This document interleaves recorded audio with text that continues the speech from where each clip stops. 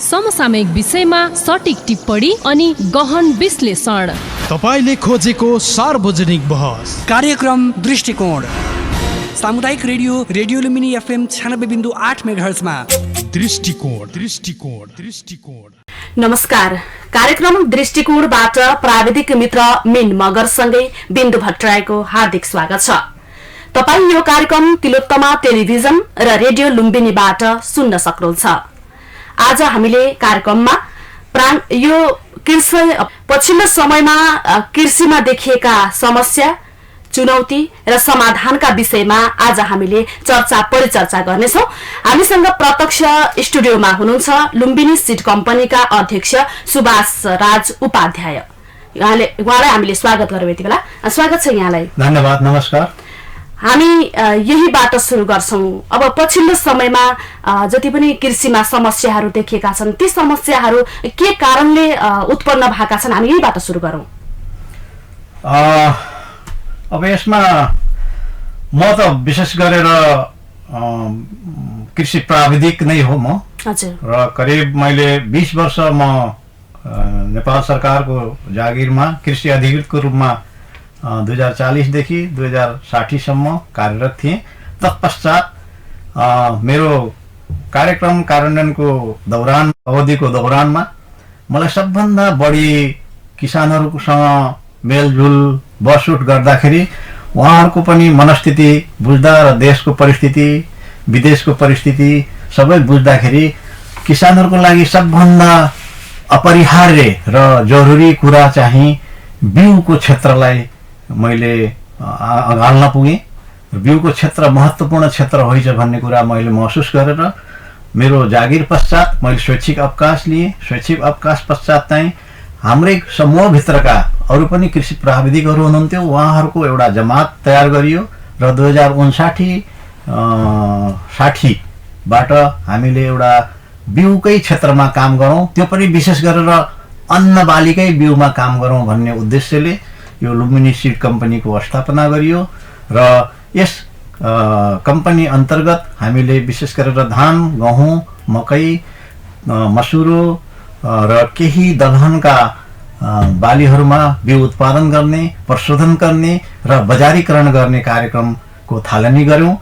हामी आउनुभन्दा पहिले लगभग नेपाल अधिराज्यभित्र कुनै पनि कम्पनी दर्ता भएको थिएन बिउमा काम गर्ने।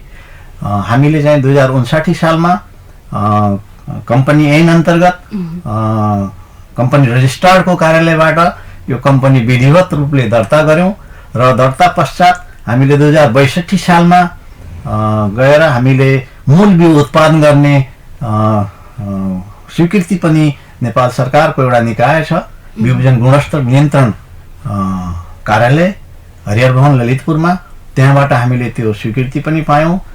र यसरी हामीले चाहिँ 2059बाट हालसम्म हामी विशुद्ध रूपले नेपालबाट सिफारिस भएका जात र तिनीहरूको बिउ उत्पादनको कार्यक्रम सञ्चालन गर्दै बजारीकरणसम्म गर्ने अवस्थामा हामी गएका छौं। र अहिले हाम्रो समग्रमा हेर्दाखेरि हामीले विगत 2-3 वर्षदेखि अहिले तेस्रो वर्ष भयो, नेपालबाट केही जातहरू हाइब्रिड बिउका जातहरू सिफारिस भएका छन्। त्यसमा मकैमा रामपुर हाइब्रिड 10 र धानमा हार्दिनाथ हाइब्रिड 1 भन्ने दुईटा जातमा पनि हामीले त्यसको वर्णशंकर बिउ अथवा हाइब्रिड बिउ तयार गर्ने काम गरेर त्यसको पनि बजारीकरण गरिरहेका छौं। अहिले हामीसँग इन्फ्रास्ट्रक्चरको हिसाबले हेर्ने हो भने करिब 4 टन प्रति घण्टा प्रशोधन गर्ने मेसिनहरू हामीले जडान गरिसकेका छौं। हाम्रो कार्यस्थल चाहिँ हाम्रो गोदाम अथवा हाम्रो प्रशोधन केन्द्र चाहिँ मायादेवी गाउँपालिकाको वार्ड नम्बर 8 मतकोलवामा अवस्थित छ र हाम्रो अफिस चाहिँ भैरवहाको सिद्धार्थनगर 7 बर्मेली टोलमा अवस्थित छ। यसरी हामीले चाहिँ करिब 4 टन क्षमताको प्रशोधन गर्ने मेसिनहरू जडान गरिसकेका छौं र काम गरिरहेका छौं। त्यसको साथसाथै हामीसँग करिब 2000 मेट्रिक टन अट्न सक्ने धान, गहुँ, मकैलाई राख्न मिल्ने गोदामहरूको व्यवस्था गरिएको छ र 2-3 वर्ष पहिले मात्रै एउटा हामीसँग प्रोजेक्ट पनि कोलाबोरेसनमा काम गर्ने अवसर पाइयो हामीले, जसलाई हामी किसानका लागि उन्नत बिउ बिजन कार्यक्रम भनिन्छ। त्यो कार्यक्रम अन्तर्गत हामीले एउटा ग्रान्ट पनि प्राप्त गर्यौं र त्यो ग्रान्ट प्राप्त गरेपछि हामीले अब यहाँ बजारको मागलाई हेरेर ओपी जातहरूले मात्रै अब सम्भव हुँदैन। अब विदेशहरूबाट ओपीको सट्टा प्रशस्त मात्रामा हाइब्रिड बिउहरू पनि आइरहेका छन्। त्यतातिर नै काम गरौँ भन्ने उद्देश्यले हामीले एउटा बिउ बिजन प्रयोगशाला पनि स्थापना गर्यौं र मेसिनहरू पनि केही थप भयो, आधुनिकीकरण गर्यौं र त्यसको साथसाथै अब हाइब्रिड बिउ अति संवेदनशील वस्तु भएकोले यसको सम्पूर्ण प्रक्रिया अति संवेदनशील ढङ्गबाट उत्पादन गर्नुपर्छ, प्रशोधन गर्नुपर्छ र भण्डारण गर्नुपर्छ। त्यही स्थितिमा बजारीकरण पनि गर्नुपर्ने भएकोले हामीले करिब 100-150 मेट्रिक टनको एउटा सीड कोल्ड रुम पनि स्थापना गरेका छौं र त्यहाँ जति पनि हाइब्रिड बिउहरू उत्पादन गरिन्छ त्यसको प्रशोधन गर्ने काम, प्याकिङ गर्ने काम र भण्डारण गर्ने काम जबसम्म बजारीकरण हुँदैन त्यति बेलासम्म सुरक्षित ढङ्गले तापक्रम र आर्द्रता मिलेको ठाउँमा राख्नुपर्ने भएकोले त्यो किसिमले हामीले हाइब्रिड तर्फ पनि काम अगाडि बढाइरहेका छौं। तर यसमा थुप्रै समस्याहरू पनि छन्। पोलिसीका कुराहरू भए, अनुसन्धानका कुराहरू भए, त्यसमा हामी एकैछिन पछाडि जाउँला। जुन यहाँले अगाडि पनि भन्नुभएको थियो, सुरुमै भन्नुभएको थियो नेपालबाट सिफारिस भएका जातहरू हैन, हामीले चाहिँ अहिले यति बेला त्यही जातमा रहेर अथवा तिनै नेपालबाट सिफारिस भएका जातहरू भित्र नै त्यस्ता खालका बिउ बिजनहरू तयार गरेर पठाउँछौँ भनेर भन्ने खालको कुरा गर्नु भएको छ। खासमा ती जातहरू कस्तो कस्तो खालका छन्, खासमा के भनेर हामी ठ्याक्कै नेपाली जात भनेर चाहिँ हामीले कसरी चिन्ने? ठिक छ, धेरै राम्रो प्रश्न।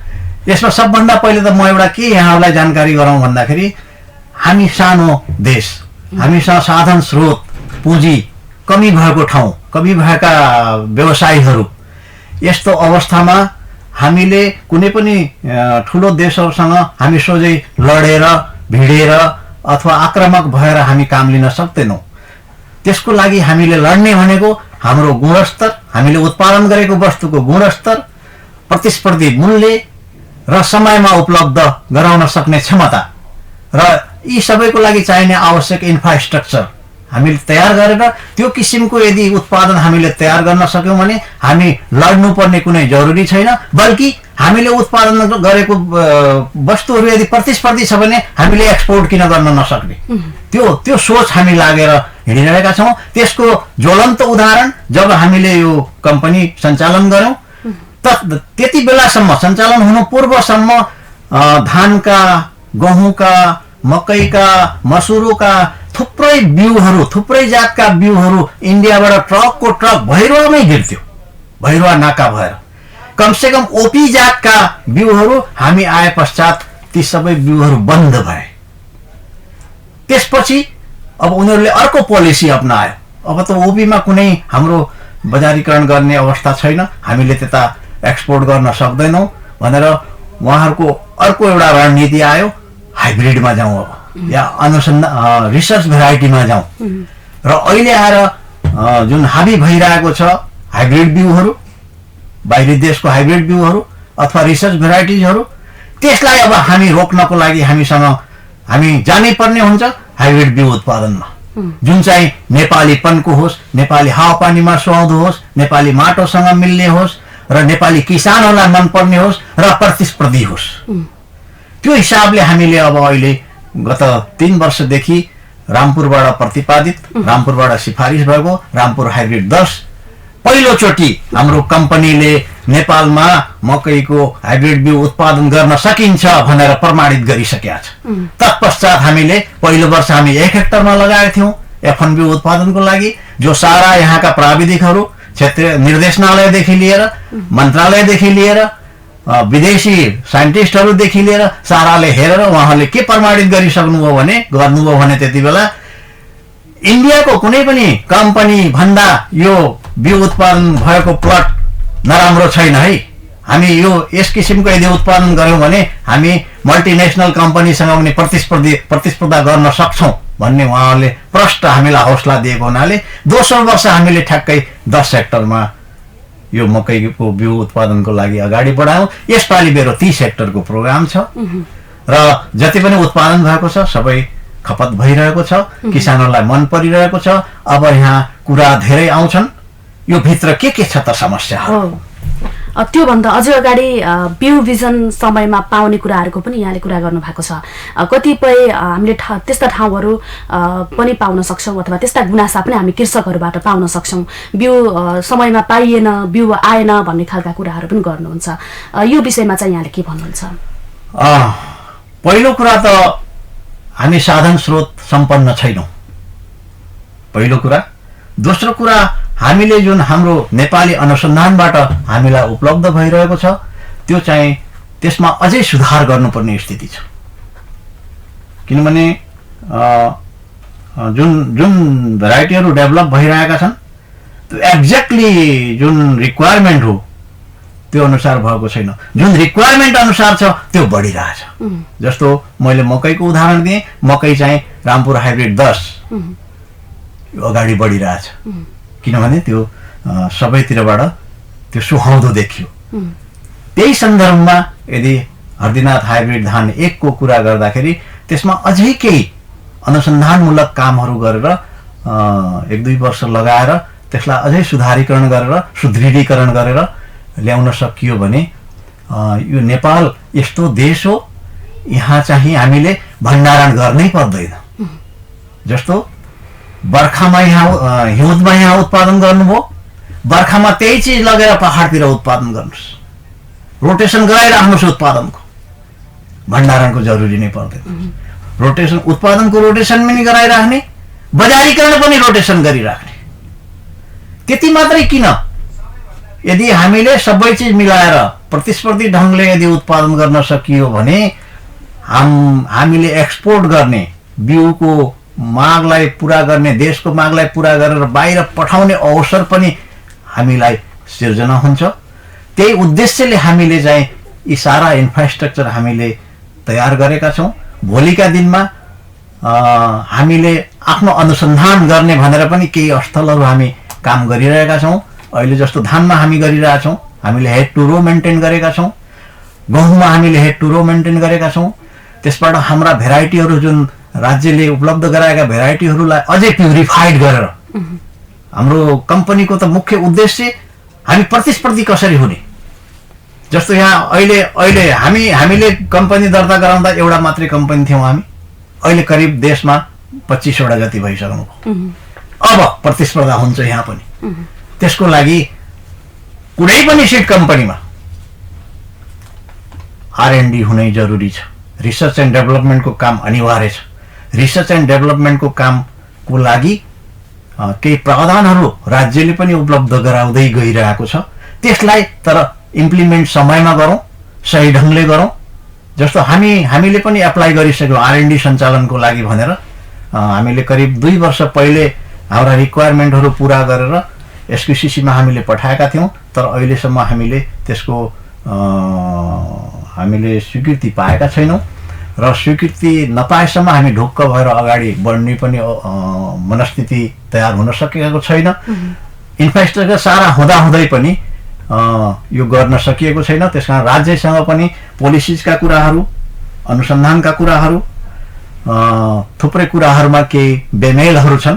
त्यसलाई विभिन्न डाइरेक्टिभ्सहरू तयार गरेर यदि त्यसलाई मिलाउँदै जान सकियो भने नेपाल एउटा यस्तो देश हो, हामी विदेश जानु पर्दैन। यहाँ थुप्रै अवसरहरू छन्। अहिले मेरो कम्पनीमा मैले 50 जनालाई काम दिइरहेको छु। मसँग प्लान्ट ब्रिडर छन् जुन चाइनाबाट PhD गरेर आएका छन्। मसँग 3 जना BSc ग्रेजुएट छन्, 5 जना मसँग JTA छन्, ल्याब टेक्निसियन छन् र मेसिन चलाउने 5-7 जना छन्, इलेक्ट्रिसियन छन्, मेकानिकल साइडका मान्छेहरू छन्। त्यसपछि 5 जना महिलाहरू लगातार सफाइको काममा मैले लगाइरहेको छु। यसरी देशमै थुप्रै अवसरहरू छन्। त्यो अवसर समात्ने बाटो चाहिँ राज्यले पनि देखाइदिँदै जानु पर्यो। नमिल्दा अमिल्दा कुराहरूलाई मिलाउँदै पनि जानु पर्यो, सच्याउँदै पनि जानु पर्यो। संविधानमै परिवर्तन गर्नुपर्छ भने त्यो ठुलो कुरा होइन। देशमा केही हुन सक्छ भने त्यो गर्नुपर्ने हुन्छ। त्यसमा पोलिसी मेकरहरू र मिडियाका साथीहरू, डाक्टर नम्मन ई बोर्लगले भन्नुभएको थियो अब आउने दिनहरूमा यदि कृषिलाई अगाडि बढाउने हो भने पोलिसी मेकर र मिडियाको ठुलो हात हुन्छ। यदि उहाँहरू यो पक्षमा रहनु भएन भने देशमा एउटा कालो बादल मरारिने छ भनेर उहाँले यो भनेर जानुभएको छ। कमसेकम ती ठुला विद्वानहरू जसले कृषिको क्षेत्रमा बिउको क्षेत्रमा काम गरेर अन्तर्राष्ट्रिय क्षेत्रमा ख्याति प्राप्त गर्नुहुन्छ र अन्तर्राष्ट्रलाई नै एउटा ठुलो योगदान दिनुभएको छ अन्न उत्पादनमा। कमसेकम उहाँहरूको भनाइलाई पनि मनन गरेर हामी अगाडि बढ्न सक्यौँ भने हामी धेरै चिज यहाँ गर्न सक्छौँ। त्यस्ता अवसरहरू थुप्रै छन्। अब यो सँगै अलि अगाडि यहाँले जोड्नु भएको थियो, माटोको कुरा पनि जोड्नु भएको थियो। कसरी एउटा कृषकले आफू त्यसैमा आत्मनिर्भर बनिराखेको छ अथवा कृषि गरिराखेको छ, एउटा कृषक भने केही बिउ बिजन उसले चाहन्छ होइन, त्यो माटो चाहिँ कुन बिउको लागि त्यो माटो एउटा लाई म्याच गर्छ होइन, त्यो माटो चाहिँ कुन बिउ बिजनका लागि ठिक छ भनेर भन्नका लागि चाहिँ के गर्नुपर्छ? खासमा एउटा कृषकले गर्नुपर्ने कुरा चाहिँ के, अनि त्यस पछाडि बिउ बिजन वितरण गर्ने त्यस्ता खालका केन्द्रहरूले गर्ने के? धेरै राम्रो प्रश्न। अब यसमा हाम्रो अनुसन्धानको पाटो बलियो पाटो हुनुपर्छ र अनुसन्धानको साथीहरूबाट पनि मैले बेला बेलामा के सुन्ने गरेको छु भन्दा, हुन त सही कुरा हो त्यो पनि, बजेटको अभाव। किन अनुसन्धान एक वर्षमा त्यसको नतिजा आउँदैन, कमसेकम 10 वर्ष लाग्छ र त्यसको लागि थुप्रै बजेट चाहिन्छ। र त्यो बजेट जुन राज्यले अहिले छुट्याएको छ 2-3% कृषिमा बजेट, त्यो बजेट चाहिँ पर्याप्त छैन। यो ठुलो एउटा अवरोध हो। त्यसपछि अर्को अवरोध भनेको राज्यले जिम्मेवारी दिएपछि बजेट दिने, साधन स्रोतहरू उपलब्ध गराइदिने, जिम्मेवारी दिने, आउटपुट कहीँ पनि तोकिएको छैन। र तपाईँलाई यो काममा जिम्मेवारी दिएको छ, तपाईँ प्लान्ट ब्रिडर हो, धानमा काम गरिराख्नु छ भने तपाईँले चाहिँ यतिवटा जात यति वर्षमा निकाल्नै पर्छ, सुहाउँदा जातहरू, र त्यसको यति बिउ बनाउनै पर्छ भन्ने एउटा आउटपुट ओरिएन्टेड टार्गेट राज्यले दिनुपर्छ। म कम्पनी हो भने मलाई पनि राज्यले एउटा टार्गेट दियोस्, म त्यसमा काम गर्न चाहन्छु। म चाहिँ एउटा च्यालेन्ज गरेर काम गर्ने मान्छे हो, मैले आएसम्म जुन काममा हात हालेको छु म त्यसलाई सफल बनाएर छोडेको छु। र जुन मैले ग्रान्ट लिएको थिएँ, अब ग्रान्टको कुरा आयो, यहाँ कति ठाउँमा सुनिन्छ सब ग्रान्ट त बेकार हो, दुरुपयोग भइरहेछ। त्यसको ज्वलन्त उदाहरण सदुपयोग कसरी हुन्छ मौका हेर्न आउनुहोस्। वेलकम तपाईँहरूलाई, जति पनि मेरो अन्तर्वार्ता सुनिराख्नु भएको छ हजुरहरू सबैलाई वेलकम छ। कसरी काम गर्नुपर्छ, ग्रान्टको सदुपयोग कसरी गर्नुपर्छ र कहाँ के को लागि त्यो ग्रान्ट खर्च गर्ने हो, केमा प्रयोग गर्ने हो, त्यो कुरा चाहिँ मेरो जुन कामबाट पनि देख्न सक्नुहुन्छ यहाँले। 4 करोडको एउटा योजना ग्रान्टको रूपमा मैले पाएँ, त्यसमा 50-50 को शर्त थियो। त्यसमा मेरो 6 करोड खर्च भयो, 2 करोड उहाँहरूले दिनुभयो, मेरो 4 करोड खर्च भयो। काम यसरी हुनु पर्यो। तपाईँको भिजन क्लियर छ, मिसन क्लियर छ भने तपाईँले लगानी नै लगाउनुहुन्छ। हुन त म ब्याङ्कबाट नै, म ब्याङ्कको नै ऋणी हो, मैले राज्यले दिएको सब्सिडी लोनको नि प्रयोग गरिरहेको छु। अहिले मेरो जति पनि मकै, हाइब्रिड मकै बिउमा मैले काम गरिरहेको छु र त्यो काममा जुन मैले करारमा किसानहरूलाई प्रयोग गरिरहेको छु, करारमा उत्पादन भइरहेछ, उहाँहरूलाई किसानहरूलाई सब्सिडी लोन पनि उपलब्ध भएको छ, बिमा गराइरहेको छु। अनि उत्पादन, गुणस्तरीय उत्पादन चाहिँ मैले खरिद पनि गरेर त्यसलाई प्रशोधन गरेर वातानुकूलित ठाउँमा राखेर भण्डारण गरेर पाउच प्याकिङ गरेर ठ्याक्कै विदेशी बिउ जस्तो बनाएर बजारीकरण नै भइरहेछ। भनेपछि गरेपछि हुँदो रहेछ, तर सही सोच राखेर गर्नु पर्यो। पैसा मात्रै सबै चिज होइन। पैसा थोरै कमाउनुहोस्, काम राम्रो गर्नुहोस्, भोलि त्यो कामले तपाईँलाई पैसा दिँदै जान्छ।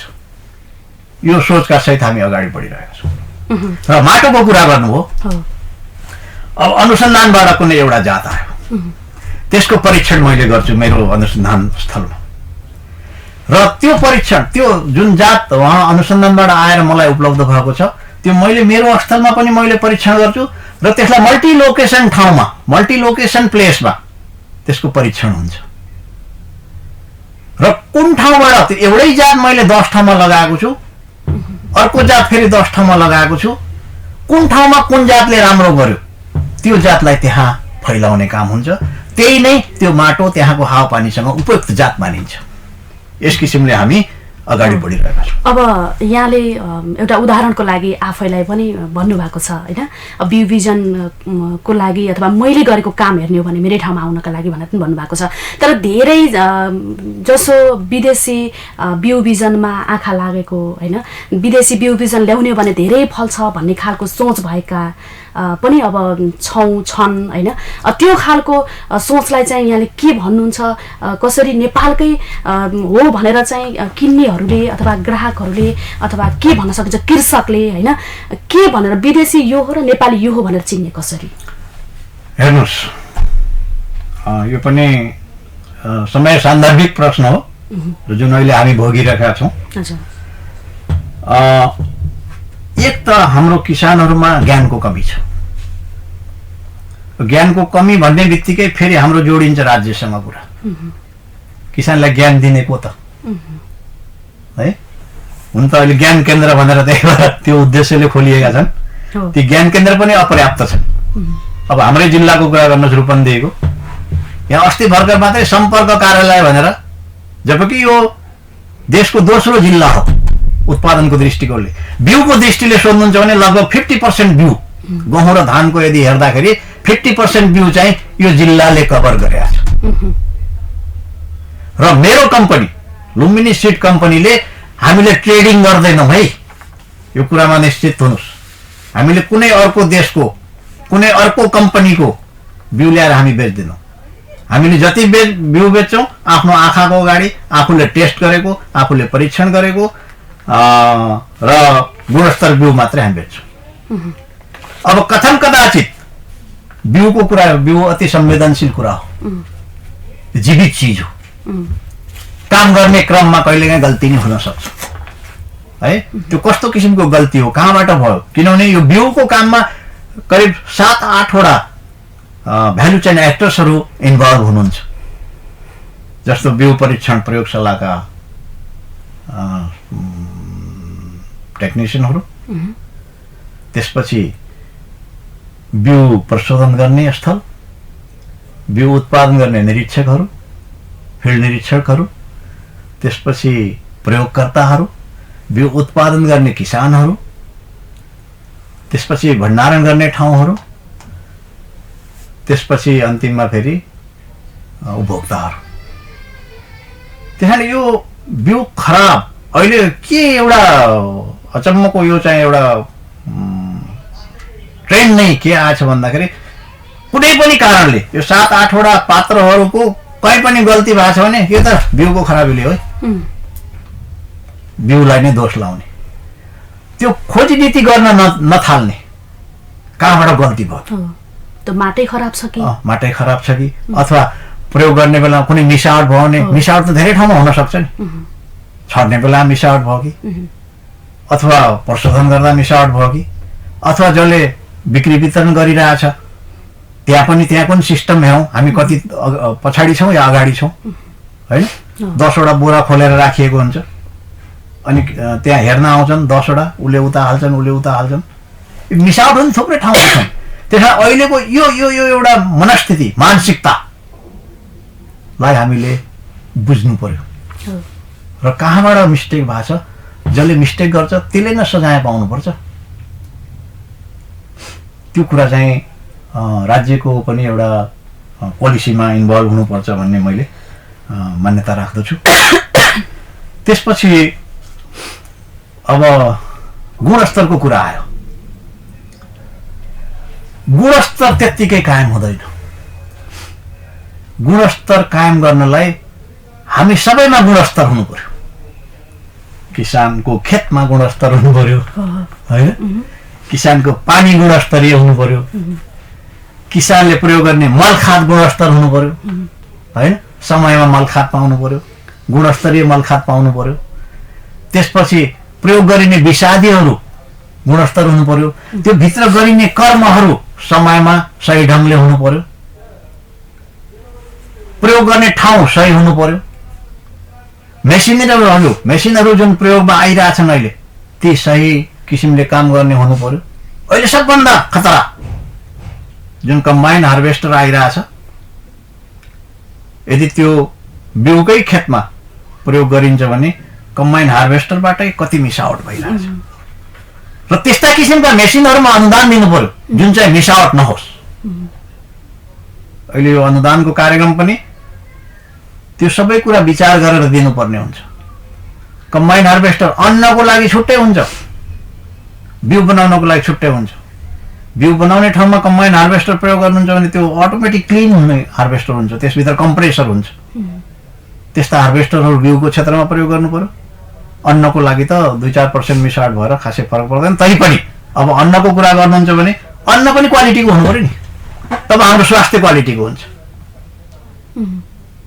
अथवा हामीले सादा मनसुली भनेर चावल किनेर ल्याउँ, स्वाद त राम्रो छैन, किन भएन भन्दा त्यहाँ पनि मिसावट भएको छ है। कहाँ मिसावट भएको छ? अब कोही जानी भएको छ, कोही अन्जानमा भएको छ। अन्जानमा भएको कम्बाइन हार्भेस्टर सब्जी बाहुन काटेर आयो, त्यसले गएर साबा मनसुली काट्यो भने सब्जी बाहुनको त केही हिस्सा गयो नि साबा मनसुली, अनि त्यसको स्वाद फरक पर्यो, मिसावट। यी थुप्रै एक्टर्सहरूले सबैले सही ढङ्गबाट काम यदि गरियो भने मात्रै हाम्रो गुणस्तर चाहिँ उच्च गुणस्तर कायम हुन्छ। हजुर, अब स्वास्थ्यको कुरालाई पनि जोड्नु भएको छ यहाँले, होइन? पछिल्लो समयमा हामीले हेऱ्यौँ भने त्यस्ता खालका विषादीहरू प्रयोग गरिन्छ, तरकारीमा विषादी नहालिकन फल्दै फल्दैन भन्ने खालको मानसिकता मान्छेले बनाइसकेका छ अथवा कृषकहरूले बनाइसकेका छन्, होइन? बनाइसकेका छौँ। यसलाई चाहिँ अब पछिल्लो समयमा फेरि कता कता अब प्राङ्गारिक मलतिर पनि अब ध्यान केन्द्रित गरिएको अवस्था पनि छ। यो विषयमा चाहिँ यहाँले के भन्नुहुन्छ? अलिकति यो विषयमा पनि बोलिदिनुहोस् न। अब हामीले रोज्नु पर्यो, हामीलाई पेट भर्नु छ कि पेट भरेर पुगिसकेको छ, अब गुणस्तर पनि चाहियो, स्वास्थ्यलाई पनि विचार गर्नु पर्यो। पहिले त पेट भर्नु पर्यो। पेट भर्नको लागि उत्पादन थुप्रै हुनु पर्यो। उत्पादन थुप्रै गर्नको लागि राम्रो बिउ चाहियो, बढी फल्ने बिउ चाहियो, मलखाद रासायनिक मलखाद चाहियो, प्राङ्गारिक मलखाद नै चाहियो। तर प्राङ्गारिक मलखाद मात्रै प्रयोग गर्नुहुन्छ भने उत्पादन कम हुन्छ है, किनभने प्राङ्गारिक मलले बिरुवालाई चाहिने सबै तत्त्वहरू पुर्याउन गाह्रो हुन्छ। तर प्राङ्गारिक मल पनि अनिवार्य हो। हाम्रो शरीरमा दुधले जसरी काम गरिराखेका हुन्छ, माटोमा बिरुवाको लागि दुधको काम प्राङ्गारिक मलले गरेका हुन्छ। हामीले रासायनिक मल हाले पनि त्यसलाई ब्यालेन्स गर्ने काम, एभाइलेबल गराउने काम प्राङ्गारिक मलको योगदान हुन्छ। त्यसकारण त्यो अहिलेको परिस्थितिमा, किनभने अहिले हामीलाई अन्नकै कमी छ। मैले भर्खरै सुनिरहेको छु अहिलेसम्म गहुँ आयात गरिन्न थियो, अब त गहुँ पनि बाहिरबाट किन्न थालियो हामीले, भर्खरै सुनेको छु मैले। यो स्थिति कसरी आयो त? यसको ज्वलन्त उदाहरण अहिले भर्खरै यो गएको गहुँको सिजनमा थुप्रै बिउहरू इन्डियाबाट यहाँ दर्ता नभएका, गहुँको त एउटा जात पनि यहाँ दर्ता भएको छैन, बाहिरको जातहरू त्यो मलाई पनि थाहा छ, तर 3वटा जात विशेष गरेर आइरहेछ थुप्रै। अब यो कृषि त्यसमा चाहिँ PBW 343, 3071 र HD 2967 यो अहिले आयो जुन इन्डियाबाट। यहाँ गाउँको बिउ प्रशस्त हुँदाहुँदै फालाफाल हुँदाहुँदै हाम्रो गाउँको बिउ नै बचेको छ। बच्ने कारण चाहिँ बाहिरबाट आयो एउटा, अर्को चाहिँ अनुदानमा नि आयो, स्थानीय निकायहरूबाट अनुदानमा नि आयो। त्यसकारण अनुदान कहाँनिर अनुदान राख्दाखेरि कसैलाई नै असर पर्दैन, त्यस्तो ठाउँमा अनुदान राख्नु पर्यो। जस्तो नयाँ जातहरू भर्खरै सिफारिस भएका जातहरू छन्, त्यसलाई फैलाउनु पर्ने छ भने त्यस्ता जातमा अनुदान राखौँ। यहाँ नेपालले नै कुनै हाइब्रिड जातहरूको विकास गरेका छ भने त्यस्ता जातलाई अनुदानमा राखौँ, न कि पुराना 12 वर्ष पहिलेका जातहरूलाई नै अनुदान दिएको छ, 20 वर्ष पुराना जातहरूलाई नै अनुदान दिएको छ। यो कहीँ न कहीँ हामी मेल खाइरहेको छैनौँ। यसको मुख्य कारण के हो भन्दाखेरि हामीमा चाहिँ कोअर्डिनेसन भएन, हाम्रा हरेक निकायहरूसँग कोअर्डिनेसन भएन, एउटा प्लानिङ भएन। त्यसकारण चाहिँ यी समस्याहरू आएका छन्। यो समस्या खास ठुला समस्या होइनन्, हामी निराकरण गर्न सक्छौँ यदि हामी चाहिँ कोअर्डिनेसन गऱ्यौँ भने, सबै निकायहरूसँग कोअर्डिनेसन गऱ्यौँ भने ठुलो समस्या होइन। र भोलिका दिनमा कोअर्डिनेसन राम्रो भयो भने from the top to the bottom सङ्घबाट स्थानीय निकायसम्म कोअर्डिनेसन हुनु पर्यो। त्यहाँभित्रका सबै एजेन्सीहरूको सिट रिलेटेड एजेन्सीहरूको बिचमा कोअर्डिनेसन हुनु पर्यो। प्रोग्राम फर्मुलेसन गर्ने बेलामा कोअर्डिनेसन हुनु पर्यो। अहिले त प्रोग्राम हरेकले आफ्नो प्रोग्राम लगिराखेको छ, कुन कहाँ हो के हो सबै किसानहरू अलमल्ल छन्, हामी अलमल्लमा छौँ। यस्तो अवस्थालाई सुधार्नको लागि सबभन्दा जरुरी देखेको चाहिँ मेरो अनुभवले चाहिँ कोअर्डिनेसन जरुरी छ।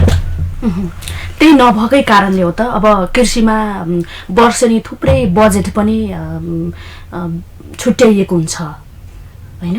अब अनुदानमै त्यो खर्च भएको छ कि अथवा के छ, अब तपाईँहरूले गर्ने मा कतिको त्यो खर्च गरिएको छ होइन, अथवा गर्ने ठाउँहरूमा कतिको खर्च गरिएको छ, यहाँले के देख्नु भएको छ? मैले भनिसकेँ कोअर्डिनेसनको अभाव छ। यदि कोअर्डिनेसन भयो भने ठ्याक्कै जहाँ जे कोही चिजको जरुरी हो त्यहाँ चाहिँ पुग्न सक्छ। र मैले त सुनिरहेको छु के भन्दाखेरि बजेट आएको धेरै जसो बजेटहरू फ्रिज पनि भइरहेछ खर्च गर्न नसकेर। अब एउटा मैले उदाहरण दिउँ, मेरो अब स्थानीय स्तरका जुन प्राविधिकहरू हुनुहुन्छ उहाँहरूसँग मेरो यसो भेटघाट हुन्छ, छलफल भइराखेको हुन्छ। अब पकेट भनेर छुट्याइया छ 120 बिघा 25 बिघा होइन। तर त्यो 120 बिघा एउटा एक ठाउँमा पुर्याउन के सम्भव छ त? उहाँहरू नै भन्नुहुन्छ यो सम्भव छैन। सम्भव छैन भने त्यस्तो प्रोग्राम किन ल्याउनु? र त्यही बजेटहरू त्यस्तो किसिमको बजेट त्यो चाहिँ सम्भव भएन अनि बजेट फ्रिज भयो। त्यस्तो परिस्थिति पनि आएको छ है। अब यसको लागि अलिकति पोलिसीमा म कुरा गर्न चाहे। यसको मेन जडो चुरो कुरा एउटा त हाम्रो जमिन चाहिँ चकबन्दी छैन। एउटा किसानको 1 बिघा जमिन छ भने त्यो 20औं ठाउँमा छ। त्यसले गर्दा न इरिगेसन सिस्टम त्यहाँ डेभलप हुन सक्छ, न चाहिँ सामूहिक खेती हुन सक्छ, न चाहिँ हामीले यन्त्रहरूको प्रयोग गर्न सक्छौँ। यस्तो स्थिति हामीले देखिरहेछौँ। त्यसकारण यो स्थितिलाई निराकरण गर्नको लागि हामीले केही स्टेपहरू अथवा केही डाइरेक्टिभ्सहरू बनाएर अगाडि बढ्यौँ भने यो सहज ढङ्गले हामी अगाडि बढ्न सक्छौँ भन्ने मलाई लाग्छ। र यसमा अब खास गरेर यदि अब राज्यको अहिलेको डिमान्ड के छ भन्दाखेरि राज्यको अहिलेको डिमान्ड चाहिँ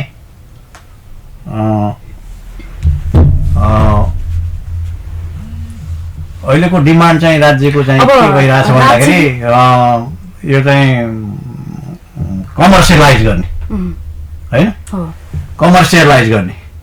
कमर्सियलाइज गर्नको लागि कमर्सियलाइज गर्न अति जरुरी छ।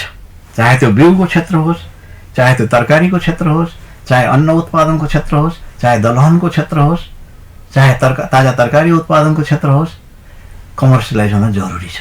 तर कमर्सियलाइज हुनको लागि के इन्फ्रास्ट्रक्चर चाहियो त, कस्तो किसिमको वातावरण चाहियो त, त्यसमा हामी काम नगरिकन हामीले कमर्सियलाइज गर्ने अनि त्यसमा जथाभावी बजेट चाहिँ खर्च गर्ने गरेर कुनै अर्थ छैन। त्यसको आउटपुट कुनै आउँदैन। त्यसको लागि मुख्य कुरा कमर्सियलाइज हुनको लागि दुईटा कुरा अनिवार्य छ। एउटा चाहिँ जमिनको चकबन्दी, अर्को चाहिँ यान्त्रिकीकरण। किनभने अब हामीसँग मेन पावर छैन खेतमा काम गर्न। अबको जेनेरेसन चाहिँ खेतमा काम गर्न गइराखेको छैन। खेतमा काम गर्न त्यति बेला जान्छन् जब त्यो काम सजिलो हुन्छ र त्यसबाट अहिलेसम्मको आर्जन गरेको मुनाफा भन्दा केही बढी मुनाफा हुन सक्छ। त्यसपछि मात्रै यङ जेनेरेसन खेतमा जाने हो, खेतमा फर्किन सकिन्छ। म फर्किरहेको छु। म जागिर पश्चात त म अब अहिले आई एम 62 इयर्स ओल्ड। तर म अझै 20 वर्ष गर्ने मेरो आँट छ। यी सुधारहरू यदि गर्दै गइयो भने अहिलेको परिप्रेक्ष्यमा कमर्सियलाइज गर्ने हो भने एउटा खेतको चकबन्दी र दोस्रो चाहिँ यान्त्रिकीकरण। हाम्रो लगानी यसैमा हुनुपर्छ। र तेस्रो चाहिँ रिसर्च एन्ड डेभलपमेन्ट। र यसमा यो 3टा काम गर्नको लागि निजी क्षेत्र जबसम्म इन्भल्भ हुँदैन तबसम्म यो सम्भव पनि छैन। हाम्रा आँखाका अगाडि हामीले विभिन्न देशमा, छिमेकी देशहरू, बाहिरी देशहरू, विकसित देशहरू, विकासोन्मुख देशहरू सबैमा चाहिँ निजी क्षेत्रको ठुलो योगदान छ। तपाईले बङ्गलादेशको कुरा गर्नुहोस्, बङ्गलादेश अब पाकिस्तानभन्दा अगाडि बढिरहेछ बिउको क्षेत्रमा, हाइब्रिड बिउको उत्पादनको क्षेत्रमा है। त्यसको एउटै मात्रै उदाहरण त्यो चकबन्दी र यान्त्रिकीकरण र अनुसन्धान, यो तीनटा कुरा जब राज्यबाट सरल ढङ्गले निजी क्षेत्रलाई इन्भल्भ गराएर अगाडि बढिन्छ तब मात्रै यो कमर्सियलाइज को कुरा चाहिँ पुरा हुन सक्छ। अब राज्यले पनि हामीले दिने कुरा दिएछौँ भनेर भनेको छ, स्थानीय तहमा पनि अब त्यो खालको कहिलेकाहीँ देखाउने कामको कामहरू हो या अथवा कामकै लागि काम हो, त्यो चाहिँ अब होइन अब बुझ्ने कुरा बिचमा बुझ्नेहरू छुट्टै हुनुहुन्छ होला। तर खासमा यो छुटिने कुराहरू छुटिँदा पनि कृषकहरू अथवा यसमा सम्बन्धित जति पनि हुनुहुन्छ कोही पनि खुसी देखिँदैन।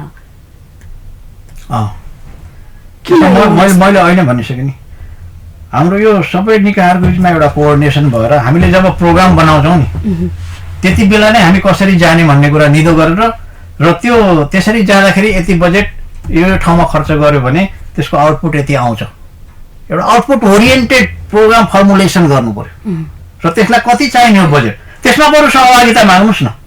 र निजी क्षेत्र आउँछ त्यसमा भने र निजी क्षेत्रले यति % लगानी गर्नुपर्ने, यति सेयर निजी क्षेत्रको हुन्छ, यति चाहिँ राज्यले दिन्छ, यति चाहिँ स्थानीयले दिन्छ भनेर छुट्टाएर जाउँ न। तर निजी क्षेत्र इन्भल्भ गर्छ भने निजी क्षेत्रले आउटपुट माग्नु पर्यो है। र तपाईँले यति यो कार्यक्रम यति गर्दै हुनुहुन्छ भने तपाईँले धानको यो जातको बिउ यति उपलब्ध गराउनु पर्छ है राज्यलाई, गहुँको यो जातको यति बिउ तपाईँले उपलब्ध गराउनु पर्छ है, मकैको हाइब्रिडको सबै एउटा लक्ष्य दिनु पर्यो। तपाईँले सहयोग गर्नुहुन्छ भने लक्ष्य माग्न के हर्ज भयो, लक्ष्य अनुसार त्यो कम्पनीले दिँदैन भने देन यो प्रोसिड एकर्डिङली कारवाही गर्नुहोस् होइन, अथवा किन प्रश्न सोध्नुहोस्, जानकारी लिनुहोस् र एब्स्टिकल्सहरू कुनै छन् त्यसलाई समाधान गर्नेतिर लागौँ, सबै मिलेर गरौँ। मिलेर गरेपछि असम्भव केही छैन। अब सरकारी पक्षको कुरा एकातिर छ, राज्य पक्षको कुरा एकातिर छ होइन, सँगै प्रतिस्पर्धी अगाडि पछाडि जति पनि प्रतिस्पर्धीहरू छन् कसरी अगाडि बढ्नु भएको छ प्रतिस्पर्धीहरू बिचमा?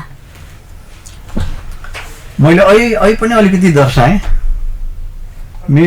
तपाईँ अन्त कहीँ पनि नजानुहोस्, तपाईँ जान पनि सजिलो छ इन्डियाको, त्यो पनि साउथ इन्डियामा, किनभने इन्डियाको नेपालभित्रै होइन म भन्दैछु इन्डियाको बिउको विशेष गरेर हाइब्रिड बिउहरू अथवा ओपी बिउहरूको खानी भनेको साउथ इन्डिया, दक्षिण भारत। दक्षिण भारतको कुनै पनि एउटा सानो कम्पनीको अध्ययन गर्नु हो भने उनीहरूले यो रिसर्च एन्ड डेभलपमेन्टको कामलाई चाहिँ लगभग 20% बजेट छुट्याएको हुन्छ।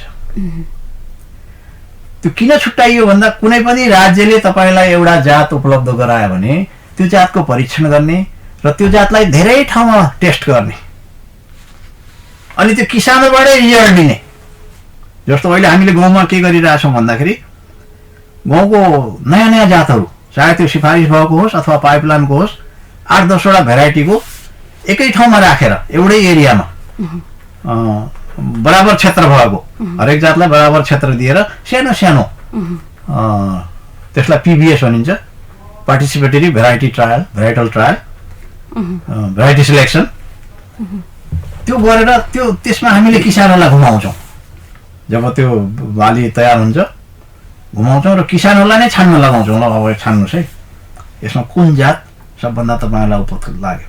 त्यसपछि हामी त्यो हरेक जातको क्रप कटिङ गर्छौँ, कसबाट बढी यिल्ड आयो, हरेक दृष्टिकोणले कुन जात राम्रो भयो, अनि त्यो जातलाई हामी भोलि त्यही आधारमा राज्यले पनि त्यसलाई दर्ता गर्छ, त्यही आधारमा हामी किसानलाई कहाँ पनि फैलाउँदै लान्छौँ। यो प्रक्रिया हामीले धानमा पनि गरेका छौँ, मकैमा नि गर्दैछौँ। मकैको अहिले हामीसँग करिब यो हिउँदे गएको यो अहिले जुन बितिरहेको छ हिउँदे सिजनमा 25 वटा सानो सानो सानो कार्यक्रम 25 जना किसानका हामीले अहिले हेरिरहेछौँ। त्यहाँ हाम्रो बाबुआमा कोदो उत्पादन भइरहेछ। त्यसपछि हामी क्रसिङ पनि गरिरहेछौँ। त्यसपछि जुन F1 तयार भयो त्यो जातहरू लगाएर टेस्ट पनि भइरहेछ र त्यसबाट हामी छनौट गर्छौँ किसानहरूलाई राखेर। किसानहरूलाई जुन जात उपयुक्त लाग्छ त्यो क्षेत्रको लागि त्यो जातलाई हामी भोलि गएर सिड मल्टिप्लिकेसन गरेर विस्तार गर्छौँ र राज्यलाई चाहिने जति राज्यलाई दिन्छौँ र भोलि हाम्रो टार्गेट चाहिँ यस्ता अति उत्कृष्ट जातहरू यदि आए र राज्यको डिमान्ड पुरा भयो र बाँकी रह्यो भने हामी एक्सपोर्टतिर पनि लाग्छौँ। हुन्छ, यहाँले यो जुन महत्त्वपूर्ण विचार सँगसँगै जानकारी राखिदिनु भयो, यो समय र विचारका लागि धन्यवाद छ। हवस्, धन्यवाद। हामी यतिन्जेलसम्म कार्यक्रम दृष्टिकोणमा थियौँ। अवश्य पनि यो दृष्टिकोण कार्यक्रममा आजको यो बसाइमा पछिल्लो समय कृषि क्षेत्रमा देखिएको समस्या, चुनौती र समाधानका विषयमा चर्चा गर्यौं। आजलाई कार्यक्रम दृष्टिकोणको समय सकिएको छ। अर्को दृष्टिकोणमा नयाँ पाहुनाका साथ हामी आउनेछौँ। त्यतिन्जेलसम्मका लागि म बिन्दु भट्टराई पनि बिदा हुन्छु। नमस्कार। समसामयिक विषयमा सटिक टिप्पणी अनि गहन विश्लेषण, तपाईले खोजेको सार्वजनिक बहस, कार्यक्रम दृष्टिकोण सामुदायिक रेडियो लुम्बिनी FM 96.8 मेगाहर्जमा। दृष्टिकोण।